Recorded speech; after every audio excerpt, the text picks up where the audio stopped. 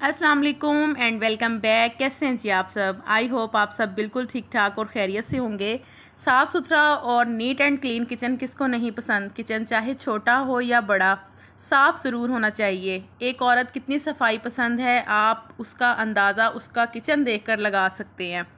मैंने अपने किचन को किस तरह से मेंटेन किया हुआ है, चीज़ें किस तरह से मैंने अपने किचन में ऑर्गेनाइज़ की हुई हैं, अपने ड्रॉर्स किस तरह से सेट किए हुए हैं, ये सब कुछ मैं आज आपके साथ इस ब्लॉग में शेयर कर रही हूँ। आई होप कि ये ब्लॉग आप लोगों के लिए यूज़फुल हो, कुछ आप लोगों को इससे आइडिया हो सके अपने किचन को मेंटेन रखने का, कुछ टिप्स मिल सकें आपको।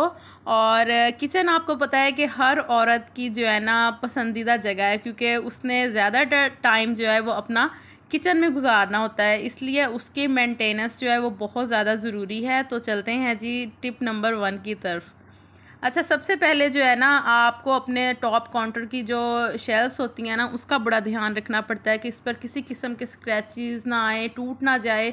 तो उसके लिए ना आपने जब भी आटा वगैरह गूंदना है ना कोई आपने ना कपड़ा बिछा लेना है, जैसे कोई पुराना सा रुमाल वगैरह हो ना, वो आपने बिछा कर फिर आपने उसके ऊपर परात या किनारी वगैरह जिसमें भी आप आटा गूंदती हैं वो आपने रखनी है। इससे एक तो ये है कि आप जब आटा छान रहे होते हैं तो जो साइड्स पर से गिरता है वो आपके टॉप काउंटर पर नहीं गिरेगा, और इससे आपकी शेल्फ्स भी जो है वो नीट एंड क्लीन रहेंगी। चलें जी, अब चलते हैं टिप नंबर 2 की तरफ। ये जो रोटी वाले रुमाल होते हैं ना, जिसमें हम लोग रोटी पका कर तो रुमाल में लपेट देते हैं, इसकी सफाई बहुत ज़रूरी है। हफ्ते में एक मरतबा लाजमी रुमालों को वॉश किया करें। रुमाल मैं किस तरह से वॉश करती हूँ, मैं किसी भी बर्तन में जो है ना रुमाल डालकर उसमें पानी डालकर तो चूल्हे पर रख देती हूँ थोड़ी देर के लिए, यानी कि इस तरह से 2 से 3 बॉयल जब आ जाते हैं तो उनको निकाल कर तो सर्फ़ में जो है ना अच्छे से वॉश कर लेती हूँ। इससे रुमाल जो हैं बहुत अच्छे साफ़ सुथरे हो जाते हैं, यानी कि उसकी सारी गंदगी डस्ट जो है ना वो निकल जाती है। इस तरीके से रुमाल जो है वॉश किया करें। अब चलते हैं जी टिप नंबर 3 की तरफ। जब हम लोग बर्तन वगैरह वॉश करने होते हैं, ये देखिए जिस तरह से यहाँ पर मेरे एक टोकरी पड़ी हुई है बर्तनों की, मैंने वॉश करके सारे बर्तन इसमें रखने होते हैं। तो यहाँ कॉर्नर पर जो है ना टॉवल वगैरह सेट कर लिया करें। एक टॉवल मैंने यहाँ टोकरी के पास लगाया हुआ है और दूसरा टॉवल जो है वो मैंने उस साइड पर लगाया जहाँ पर मैंने खड़े होकर बर्तन वॉश करने हैं। इससे ये है कि जितने भी छींटे पानी के होते हैं तो वो यहाँ पर नहीं लगते, यानी कि ये ड्रॉर्स जो हैं वो ख़राब हो जाते हैं पानी गिरने की वजह से। तो इससे ये है कि आपका पानी नीचे नहीं गिरता। जब आप बर्तन वगैरह वॉश कर रही होती हैं तो आपके अपने कपड़े भी गीले नहीं होते, क्योंकि यहाँ पर देखिए मैंने ब्लू कलर का टॉवल लगाया हुआ है और इससे ये है कि मेरे कपड़े बिल्कुल गीले नहीं होते। दूसरी साइड पर जो यहाँ पर मैंने टोकरी रखी हुई है जिसमें मैं बर्तन धो धो कर रख रही हूँ, तो वहाँ से जो पानी की लीकेज होगी वो उसके आगे जो है मैंने एक टॉवल लगाया हुआ है, तो इससे पानी जो है वो सारा टॉवल में ही जज़्ब हो जाएगा। और यहाँ पर फिर मैं रुमाल को जो है ना अच्छे से साफ़ करके उसको सारा निचोड़ लूँगी उसका पानी, और देखें जगह कितनी ड्राई है, बिल्कुल भी नीचे पानी नहीं गिरा। टिप नंबर 4 ये है कि अगर आपके सिंक का जो पाइप है उसमें पानी जो है वो खड़ा हो जाता है तो लाजमी रोज़ाना दिन में एक मरतबा जो है ना गर्म पानी इस पाइप में डाल दिया करें। इससे ये है कि बर्तन धोते वक्त आपके सिंक में पानी बिल्कुल नहीं खड़ा होगा और पानी का जो फ़्लो है ना बिल्कुल तेज़ी के साथ जो है पानी नीचे की तरफ को जाएगा। देखिए यहाँ पर पानी बिल्कुल भी खड़ा नहीं हो रहा, तो लाजमी यहाँ पर एक दफ़ा गर्म पानी डाला करें। और उसके टिप नंबर 5 ये है कि हमारे पास जो वेजिटेबल रैंक होते हैं किचन में हम लोगों ने अक्सर रखे होते हैं, तो उसमें कभी भी जो है ना सब्ज़ी आपने इस तरह से नहीं डालनी, यानी कि सब्ज़ी को आपने बिल्कुल डायरेक्ट उसमें नहीं डालना। इससे देखिए सारी मिट्टी जो है ना वो फिर ज़मीन पर गिरती है। आलू हों, प्याज के छिलके वगैरह सारे इस तरह गिरते हैं। आपने क्या करना है कि जी अखबार ले लेनी है या कोई भी आपके पास बड़ा सारा शॉपर हो वो ले लेना है, आपने इस रैंक के अंदर इसको बिछाना है और उसके बाद आपने किसी किस्म की भी सब्ज़ी हो, प्याज हो, आलू हो, लहसुन अदरक जो भी आप रखना चाहें इसमें अखबार के ऊपर रखें। इसलिए जितनी भी इसमें मट्टी छिलके वगैरह होते हैं वो सारे अखबार पर ही गिरेंगे और उसके बाद आप अखबार को जो है ना वो फिर अच्छी तरह से डस्टबिन पर झाड़ लें तो वो साफ़ हो जाती है। टिप नंबर 6 ये है कि हम लोग अपने ड्रॉर्स को किस तरह से ऑर्गेनाइज़ करें जहाँ पर हम चम्मच वगैरह रखते हैं। ये देखें इस तरह से जो है ना उल्ट पुल्ट हो जाती हैं सारी चीज़ें। हालांकि मैंने सारी बास्केट्स वगैरह लगाई हुई हैं इसमें चम्मच की, लेकिन फिर भी हफ्ते में एक मरतबा जो है ना इसको साफ़ करना ज़रूरी है, क्योंकि इसमें जो है ना फिर बहुत ज़्यादा मैस हो जाता है। हम लोग बेदहानी में जो चम्मच वगैरह निकालते रहते हैं तो उससे जो है ना दराज में ना बहुत ज़्यादा मैस हुआ था। तो यहाँ पर जी सबसे पहले मैंने एक छोटा सा ब्रश लगाया हुआ है, ये मेरा मिनी ब्रश है। इससे मैं अपने ड्रॉर्स, कैबिनेट्स वगैरह सब की सफाई करती हूँ।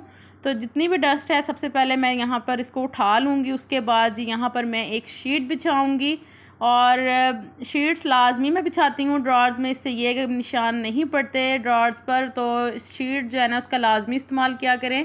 तो ये मैंने एक जो टोकरी लगाई हुई है, इसमें मैं रखती हूँ बड़े वाले चम्मच, सारे जितने भी डिशेस के चम्मच होते हैं, चावल के, सालन के, जितने बड़े चम्मच हैं ना, सारे मैंने इस टोकरी में लगाए हुए हैं।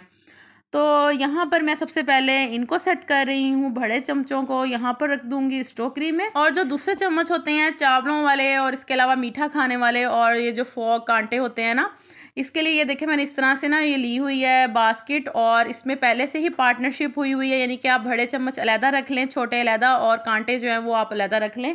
तो उससे ये है कि आपको ना उठाने में बड़ी आसानी रहती है। बच्चे, अगर आप के घर में बच्चे हैं तो उनको भी इजीली पता चलता है कि छोटा चम्मच जो है वो इस साइड पे रखा हुआ है, बड़ा इस साइड पे पड़ा है। तो इस तरह की बास्केट्स जो है ना वो ले लिया करें, और इससे ये कि आपको जो है ना ज़रा आसानी रहती है, और आपकी जो ड्रॉर्स हैं ना वो अच्छे से ऑर्गेनाइज हो जाती हैं, चीज़ें वगैरह सारी जो है वो फिर सेट रहती हैं अपनी जगह पर। और ये जो थर्ड बास्केट है, इसमें जी मैं सारे अपने स्पैचुलास रख रही हूँ। स्पैचुलास जो है वो मेरे पास बहुत सारे हैं, और उनको जो है मैंने अलहदा ड्रॉर में सेट किया हुआ है। बस थोड़े बहुत जो है ना मैं यहाँ पर रखती हूँ, जो मुझे कभी कभी यूज़ में आ जाते हैं, वो वाले मैं ना इस साइड पर इस ड्रॉर में रखती हूँ। और यहाँ पर जी मैंने अपनी जो ड्रॉर है उसको ऑर्गेनाइज़ कर लिया है। मैंने कहा आपको एक दफ़ा फिर दिखा दूँ क्लियरली। और जो स्पैचुलास मेरे डेली यूजेस के हैं ना, यानी कि मैंने डेली बेसिस पे यूज़ करने हैं, खाना वगैरह बनाने में इस्तेमाल होते हैं, उनको जी मैं रखती हूँ टॉप काउंटर पर अपने बिल्कुल स्टोव के पास ही, ताकि फटाफट से जो है मैं यहाँ से स्पैचुलास निकाल लूँ। उसके बाद जी टिप नंबर 7 ये है कि सब्ज़ी वगैरह जब हमारे घर में आती है तो हम लोग बेध्यानी में इसी तरह ही काउंटर पर निकाल देते हैं। तो इससे ये है कि टॉप काउंटर जो है वो गंदा होता है, फिर हमें उसकी क्लीनिंग करनी पड़ती है। इसलिए टॉप काउंटर को साफ़ रखने के लिए ना आपने कभी भी सब्ज़ी जो है इस तरह से नहीं इस पर बिखेरनी, और ना ही इस पर कटिंग करनी है। सब्ज़ी को हमेशा जो है वो आपने टोकरी पर ही निकालना है, और जब आपने इसकी कटिंग करनी है तो अलहदा से आपने कटिंग बोर्ड ले लें, या फिर कोई भी टोकरी, और ये चंगेर वगैरह का इस्तेमाल आप कर सकते हैं। इसमें आप सब्ज़ी को ईज़िली काटें, और जो उसके छिलके वगैरह होंगे वो आप डस्टबिन में फेंक दें। इससे ये आपका टॉप काउंटर बिल्कुल साफ़ रहेगा। टिप नंबर 8 ये है कि जब भी आप खाना पका रहे होते हैं, उसके लिए जो आप चम्मच यूज़ कर रहे होते हैं, तो उसको कभी भी टॉप काउंटर पर ना रखें, यानी किसी भी बर्तन या प्लेट वगैरह में ही उसको रखा करें। इससे ये है कि आपका टॉप काउंटर ख़राब नहीं होता, घी या ऑयल के निशान उस पर नहीं पड़ते, और आपका जो स्पैचुला है वो भी गंदा नहीं होता। टिप नंबर 8 ये है कि मसालों वाला जो रैंक होता है, जिसमें आपने सारे मसाले ऑर्गेनाइज़ किए होते हैं, उसको महीने में एक मरतबा ज़रूर सेट किया करें। सारे मसालों को देखा करें कौन से ख़त्म हो रहे हैं और कौन से मसाले हैं, फिर उस हिसाब से आप जो है ना नोट कर लिया करें कि नेक्स्ट मंथ स्टार्ट होगा तो कौन कौन से मसाले चाहिए। जैसे कि ये देखिए मैंने सारे डिब्बों के ऊपर ना नेम्स लिखे हुए हैं, गरम मसाला, सूखी मेथी, और ये सारे नाम जो है ना मैं लिख के रखती हूँ, ताकि मुझे उठाने में भी आसानी रहे। और दूसरा ये है कि कोई भी आपके घर में आए गेस्ट वगैरह, और अगर वो किचन में आपके खाना बनाएं तो उनको किसी किस्म की परेशानी ना हो, उनको हर चीज़ का पता हो कि यहाँ पर ही मसाले जो हैं वो सारे पड़े होते हैं। और इसलिए जो है ना नाम लिख लेना उन पर ज़्यादा बेहतर है। तो इस तरह से फिर मैं नाम लिख कर रखती होती हूँ मसालों के ऊपर। तो यहाँ पर मैं अब जो है ना पहले टॉवल के साथ अच्छी तरह से शीट को क्लीन कर लूँगी, और मसाले जो है ना मैं इस तरह से ऑर्गेनाइज़ करती हूँ कि जो मेरी डेली बेसिस पे यूज़ होते हैं उनको मैं रखती हूँ आगे, और जो मसाले कभी कभी यूज़ होते हैं, यानी कि कोई स्पेशल डिश बनानी हो, या फिर कभी कभी जो मसाले यूज़ होते हैं उनको फिर मैं रखती हूँ थोड़ा सा पीछे की तरफ, ताकि आगे पीछे वाले मसाले जो है ना वो फिर हला लो तो पूरा कैबिनेट जो है ना वो ख़राब हो जाता है। इसलिए जो डेली बेसिस पे यूज़ होते हैं उनको आगे रखा करें, और दूसरे मसालों को पीछे रखा करें। इस तरह से जी मैं अपने किचन के कैबिनेट को ऑर्गेनाइज़ कर लेती हूँ, और यहाँ पर जी मैंने सारे मसाले जो हैं वो सेट कर लिए हैं। आप लोग भी इस तरह से महीने में एक मरतबा लाजमी अपने कैबिनेट का विज़िट ही होता है, ये एक तरह से विज़िट कर लिया करें कि जो जो मसाले ख़त्म हुए हैं वो फिर आप नोट कर लें, और फिर जैसे आप लोग ग्रोसरी वगैरह मंगवाते हैं तो आपको याद रहे। टिप नंबर 9 ये है कि जब आपने अपने टॉप काउंटर पर चीज़ें रखनी होती हैं, यानी कि चीनी और पत्ती, ऑयल वगैरह रखना होता है, तो उसके लिए कोई ना कोई ट्रे लाजमी यूज़ किया करें, क्योंकि घी और ऑयल के निशान जब टॉप काउंटर पर पड़ते हैं तो बिल्कुल अच्छे नहीं लगते और वो पक्के भी हो जाते हैं। इसलिए किसी ना किसी टोकरी का या ट्रे का इस्तेमाल किया करें, जैसे कि मैंने अपने टॉप काउंटर पर चीनी, पत्ती, ऑयल और ये एक मैंने बादाम का जार रखा हुआ है, तो वो मैं इस तरह से सेट कर लेती हूँ। और इसके अलावा थोड़ी सी डेकोरेशन के लिए यहाँ पर जो गुलदान वगैरह लगा लें, आर्टिफिशियल नहीं तो रियल जो पौधे होते हैं वो भी आप एक दो लगा सकते हैं। इससे ये है कि आपका किचन थोड़ा सा क्लीन हो जाता है।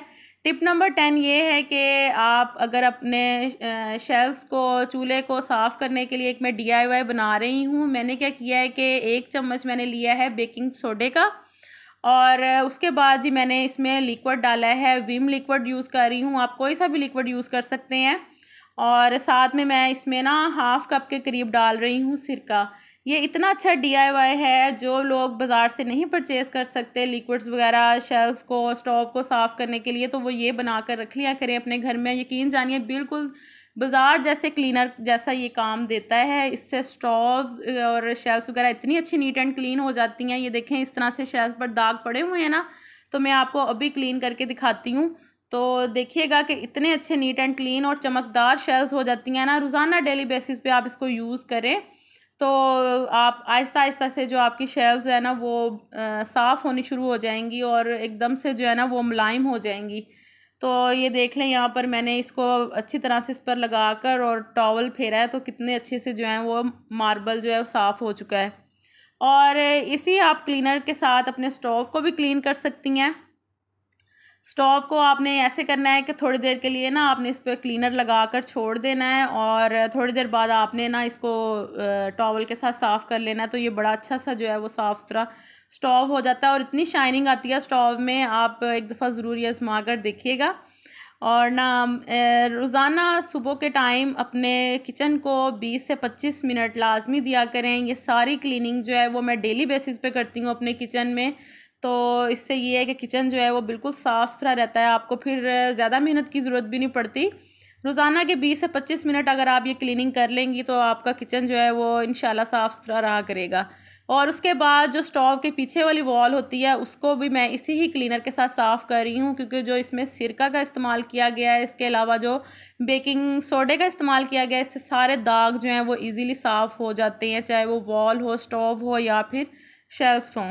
और अच्छा, माइक्रोवेव ओवन को ना डेली बेसिस पे ज़रूर साफ़ किया करें, क्योंकि इसमें हम लोग खाना गर्म करते हैं और जो खाने के इसमें ज़र्रे रह जाते हैं ना गर्म करने के दौरान, जो छींटे इसमें होते हैं, वो एक तरफ से आप समझ लें कि वो आहिस्ता आहिस्ता करके ना वो जरासीम की सूरत इख्तियार कर जाते हैं। इसलिए आपने माइक्रोवेव ओवन की क्लीनिंग को जो है वो नहीं भूलना, उसकी सफाई जो है वो रोज़ाना करनी है। और यही क्लीनर जो है वो मैं माइक्रोवेव ओवन पर भी यूज़ करती हूँ, तो इससे माइक्रोवेव ओवन जो है वो बिल्कुल नीट एंड क्लीन हो जाता है। टिप नंबर 10 ये है कि जहाँ पर आप लोग अपने बर्तन वॉश करती हैं उस साइड पर एक स्टैंड ज़रूर रखा करें जिसमें आपका हैंड वॉश हो। एक मैंने रखा हुआ है यहाँ पर काला तेल, इससे मैं देचकियाँ वगैरह स्टील के बर्तन जो हैं वो साफ़ करती हूँ, बड़े अच्छे से नीट एंड क्लीन हो जाते हैं। उसका रिव्यू भी मैं आपको किसी दिन दूंगी। और साथ में जी एक मैंने मैक्स लिक्विड रखा हुआ है, साथ में जी ये मैंने साबुन रखा हुआ है बर्तन धोने के लिए। ज़रूरी चीज़ें हैं जो किचन में मौजूद होनी चाहिए, तो इससे जो है ना आपके किचन को 4 चांद लग जाते हैं, किचन साफ़ सुथरा रहता है आपका। तो जी आज का ब्लॉग आप लोगों को कैसा लगा मुझे कमेंट सेक्शन में ज़रूर बताइएगा। आपसे मुलाकात होगी नेक्स्ट वीडियो में। अपना बहुत सा ख्याल रखिएगा जी। अल्लाह हाफिज़।